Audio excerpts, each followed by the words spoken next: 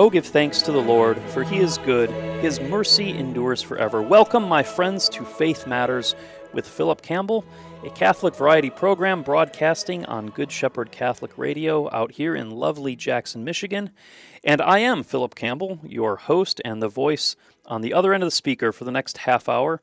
And I'm very pleased that you're tuning in once again to Faith Matters. And today we are going to be talking about something that I think has profound relevance for every single man, woman, and child on this planet.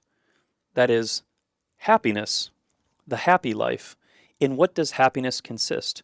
How do we find happiness? Big topic. I'm sure we can exhaust it in 24 minutes. No, we're going to dig into this though and get into some principles of happiness and look at what our Catholic faith has to say about the happy life. Let's begin with a quote from St. Augustine of Hippo. He says, "How is it then that I seek you, Lord? Since in seeking you, my God, I seek a happy life. Let me seek you, that my soul may live. For my body draws life from my soul, and my soul draws life from you." That's St. Augustine's Confessions, Book 10, Section 20. And I guess I want to tag in another quote from another one of my favorite saints, St. Thomas Aquinas. 3 words. This quote's very short. He says, "God alone satisfies." God alone satisfies. In God alone do we find our ultimate satisfaction or happiness. 2 of the most fundamental questions a person can ask themselves is, what is true? And also, how shall we live? Now, when we ask the first question, we're asking about what is truth, what is to be believed. And in the Creed, we deal with the question of, as Catholics, what are we to believe? But when we ask the fundamental question, how are we to live, we enter into the realm of morality.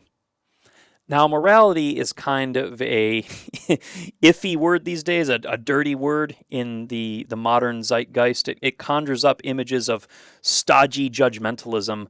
If I were to say to you, if I were to sit down and say, Jennifer, I want to have a discussion about moral issues, you'd start getting nervous and think, oh gosh, this is going to be an uncomfortable discussion about social moral questions that people are bitterly divisive about. And unfortunately, that's the connotation that morality seems to have in our contemporary culture. Morality is something people argue about, and it's just conjures up these images of a stuffy, stiff, legalistic, judgmental people. But don't worry, I do not want to discuss specific moral issues here today, but rather look at some concepts that underlie morality. Just go back to the basics.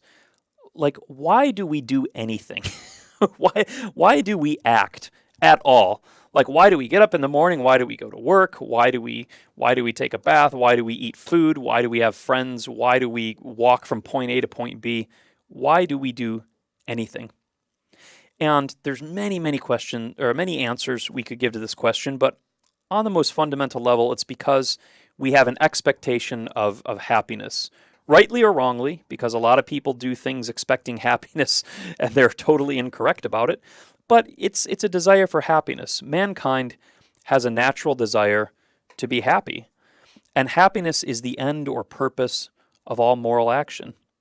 People do or do not do certain actions because they believe in doing so they will be happy, or at least happier, right? The person who is on fire wants to put out the fire because he will be happier not on fire than on fire. He'll be in a better situation. The person who eats because he will be happier if he satiates his hunger than if he doesn't. Now, this goes way beyond just mere physical, biological cravings. This goes right on up to divine origins. God has placed this desire for happiness in us in order to draw mankind to the only one who can ultimately fulfill his longing for happiness.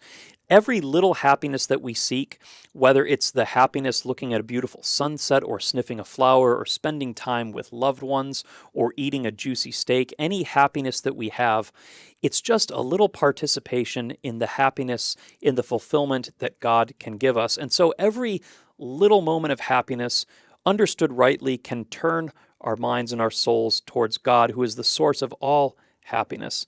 And so every little happy experience we have in some way is a participation in the great blessedness that God has in store for us. And it's a way that God draws us to himself, or the way that God draws us to desire ultimate happiness. Now, I said that people always act because they want to be happy. Is this always true? There's a very strong tradition in the Catholic faith and in Western tradition overall that this is true. St. Augustine, who we quoted at the beginning, he argued that people always act because they're seeking happiness. Now, I'm sure if you think about this, you immediately start to think of several objections. Well, an evil person like a murderer, he doesn't murder to be happy, or somebody who has a compulsive behavior, a compulsive addiction, they're not acting to be happy. But I would argue that they are. It's just that their notions of happiness are misguided. Consider this. The murderer kills his victim because in some very perverse, wicked way, he thinks he will be happier, or that he will be better off with the victim dead, that his situation will be better one way or another for whatever reason he's killing. A person who has a compulsion, Saint Therese of Lisieux, in her autobiography, she mentions this sister that was in the convent with her that had this compulsive habit of, she said, sucking the inside of her mouth during prayer. Like doing one of these, like sucking the inside of her mouth. And she said this sister had a compulsive habit of doing that. The sister does that because for whatever reason, she feels that satisfying that compulsion will be easier or make her feel better than not doing it. St. Augustine says even a person who commits suicide, even a person who kills themselves, they do it because in a strange, perverse way, they think they will be happier dead than alive, right? That's ultimately, for whatever reason, an individual that kills themselves, they are under the impression that they will be better dead than alive. And there's various reasons for that: depression, mental illness, whatever. Even horrible grave evils, even concentration camps and murder and things like that. What happened in World War II in the Holocaust, according to the Nazi ideology, they thought that Europe would be better or happier without Jews. And so they did this horrible evil out of this very perverse, twisted notion that things would be better that way.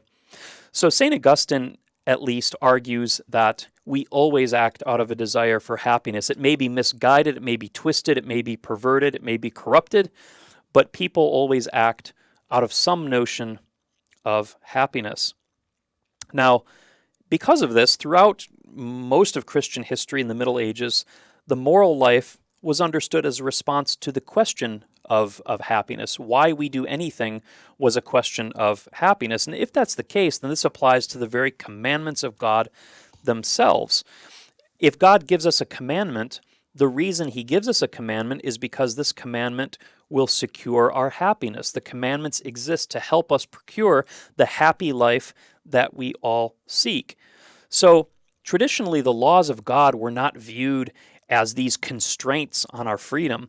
We tend to see the law of God that way today. God is this forbidding father figure who tells you no, no, no, because he wants to constrain your freedom, and morality is all about what you shalt not do. But that's not what our Catholic tradition teaches us. Our Catholic tradition teaches us that the commandments of God exist to secure our happiness. And this is important to recover because modern people tend to think of happiness and morality as opposed to each other. In other words, to be a very moral person is akin to being a wet blanket that has no fun and is perpetually miserable. And we think of moral laws just as obligations, as rule keeping. If someone is introduced as a very moral person, we think of that person as someone who's not fun to be around. They're very stodgy. They're very much a square. They're very stiff. And then on the other hand, you have the person who is happy, and he's the fun-loving person, the individual who doesn't live his life by rules and guidelines. He just follows his feelings and he's happy. So people who are perceived as fun-loving and happy are often those who appear to be free from any moral constraints. Now, this view is unfortunately supported by modern cinema and Hollywood depictions of pleasure as being equated with a lack of restraint. Let me ask you this. How many times have you seen this trope in Hollywood that we call the buddy comedy? Like the buddy cop movie. You know, there's the one cop that plays by the book. He comes to office in the suit and tie. He's all about the rule book. He's all about training. And then you have the streetwise detective who's kind of offbeat and he plays by his own rules. He does whatever he wants, right? We've seen this trope a million times. And the guy that plays by the rules is always stuffy.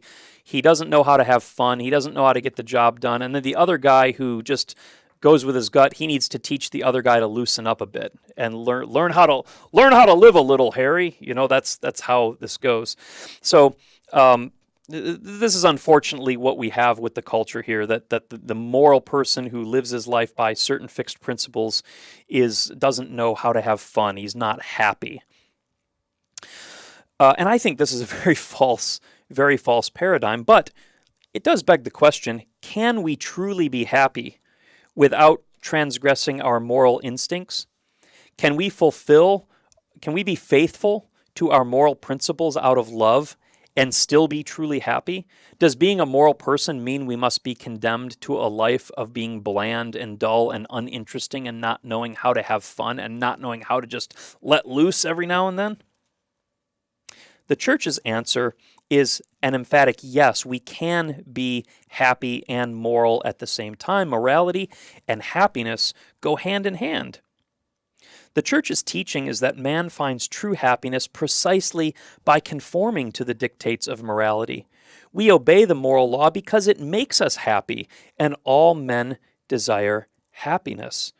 And we find our happiness by living according to the dictates of morality.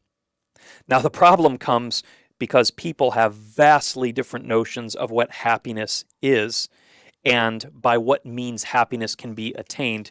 If you talk to a diehard Karl Marx quoting communist about what the happy life consists of and in what the betterment in what can be found the betterment of society, he's going to have a vastly different answer than a Catholic. So let's step back and ask, what is happiness? We all want it, but what is it? And a lot depends upon this answer. As we start to think about happiness, we'll see that there are really two rival conceptions of happiness that we have to sort out, two opposing views of happiness. And the opposing views are these, that people tend to think of happiness either as joy or as mere pleasure. And, you know, I can always tell when people default to thinking of happiness as pleasure, because when I start saying the goal of moral action is to be happy, the reason we serve God is because He wants to give us eternal happiness, or we all just want to be happy, they kind of shift uncomfortably and kind of cock their eye a little bit, because it sounds like I'm talking about hedonism when I say that the reason we act is to be happy. If you're equating happiness with just pleasure, it sounds like a hedonistic self-serving proposition. But unfortunately, in the modern world, happiness is generally conceived of as pleasure. Now, this might be raw carnal pleasure like hedonism, or it might be health of mind or body, something a little bit more respectable, but still ultimately just pleasure, health of mind, health of body. Now, if you think that happiness is just pleasure, then that vision of happiness is contradictory to the Christian call to beatitude that Jesus offers us. Jesus certainly doesn't teach us that the purpose of our moral life is to seek pleasure. Jesus offers us beatitude, which is different than pleasure. So, can happiness truly be reconciled with living the Christian moral life? After all, isn't the desire for happiness merely an individual, self-interested, easily egotistical feeling? You're just seeking to feel good. Isn't that contrary to disinterested love, to self-forgetfulness, to the generosity that we normally attribute to virtuous individuals? Now, I think the key thing we need to recognize here, my friends, is that happiness goes beyond pleasure. Happiness is certainly pleasurable, right? When I'm happy, I am feeling pleased, and happiness might have some pleasurable components to it, but it goes far beyond mere pleasure. In fact, it's grounded in the experience of joy. Let's go back to St. Augustine. He has this other lovely quote. He says, "The happy life is joy born of the truth." The happy life is joy born of the truth. So now I'm introducing this idea of joy, and I think what we need to do, I said that people either think of happiness as joy or pleasure. We need to contrast pleasure with joy to see the difference, because maybe you use the words interchangeably. Maybe you don't really see much of a difference between joyfulness and pleasure. But let's break this down. We'll look at pleasure first and then joy, and I think you'll see how they're very different. First, pleasure. Pleasure belongs very much to the domain of the senses. Pleasure is very much about having a pleasurable or a very desirable sensory experience, okay? And I think you can think of many ways that we can have a pleasurable sensory experience. For example, one of my favorite pleasurable sense experiences is eating a very well-prepared, well-seasoned, perfectly cooked, expensive piece of steak. It sounds silly, but don't begrudge me the simple joys in my life, people. One of my joys is having a nice steak, right? Anybody have that food where when you eat it, you actually moan? Like maybe it's a piece of chocolate cake. For me, it's steak. I get it at the restaurant, I put it in my mouth, and I go, oh, when I'm eating the steak. I think the people in the booths next to me are looking like, what's that guy's problem? Does he have a condition or something? No, I just love my steak. Or another pleasurable sense experience when you're scratching that mosquito bite on your ankle, right below the ankle bone where they love to get you. You're scratching the mosquito bite. Oh, feels good scratching that thing. So pleasure belongs to the domain of the senses. It's an agreeable sensation caused by contact with some exterior thing. And I want to stress it's from contact with something exterior. The steak, or sitting in the hot tub, or getting the massage, or getting or scratching the mosquito bite. These are all external things that have to do with our senses. Pleasure is opposed to pain as its contrary. The opposite of a really good steak is a really nasty steak. The opposite of eating something great is eating something awful. The opposite of physical pleasure is physical pain. And because it is very physical and external, pleasure is brief, variable, and superficial, like the contact that causes it. Let me ask you this. If I'm getting pleasure from eating a steak, how long does that pleasure last? Well, it lasts precisely as long as I'm eating the steak, right? The second the steak is gone, the pleasure that comes from eating the steak vanishes with it, because the pleasure was only ever attached with that exterior thing, right? And pleasure is it's not divisible. It's very individual. What do I mean by this? Well, it decreases when the good that causes it is divided up. Like let's say I get the steak, and let's say I have to cut the steak in half and share it.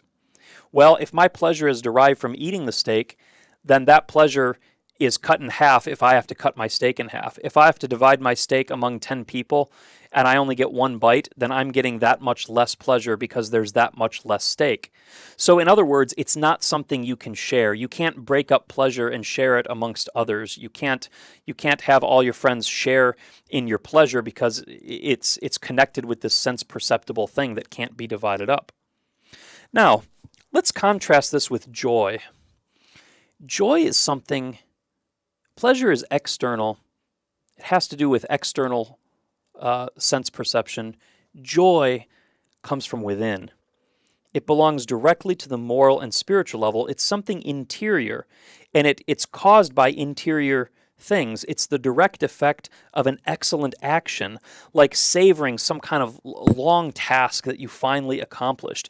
Joy is born of things like working hard to earn a good grade, to get a promotion, losing weight after a year of rigorous dieting and exercising, working for 5 years to attain a certain degree, working with your child for 4 months to teach them how to balance on a bicycle, working very hard on a painting and then finally seeing its completion, manicuring your lawn, fixing up an old house that's in need of repair, and then you finally get it the way you want it.